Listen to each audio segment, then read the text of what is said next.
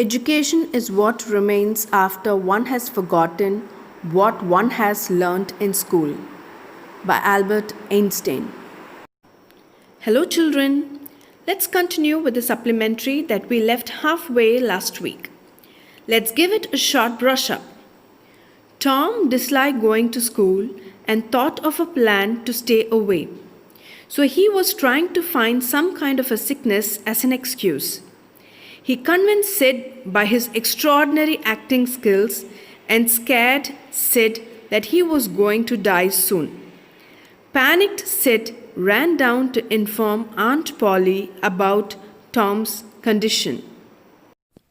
Well, now let's see what Aunt Polly had to say. Was she convinced about Tom's sickness and if Tom had gone to school? Sid went running down to Aunt Polly and informed her that Tom was dying. Initially, Aunt Polly considered it to be a prank and didn't respond well. But persistent calling from Sid, Aunt Polly sensed a feeling of fear and fled upstairs along with Mary and Sid. When she saw Tom, she had almost turned pale and was trembling and inquired Tom as to what was wrong. Tom replied that his toe was sore and that he was going to die. The old lady sank into a chair. She laughed a little, cried a little, and then did both, as she was a bit worried and relieved at the same time. She was much relieved as his sickness was not grave. Then she ordered Tom to shut up and come out of it. Now his pain vanished and he stopped his groan and felt stupid of himself. Then he told Aunt Polly that his tooth was aching and one of his teeth was loose and was paining awfully. Then he started his groan again.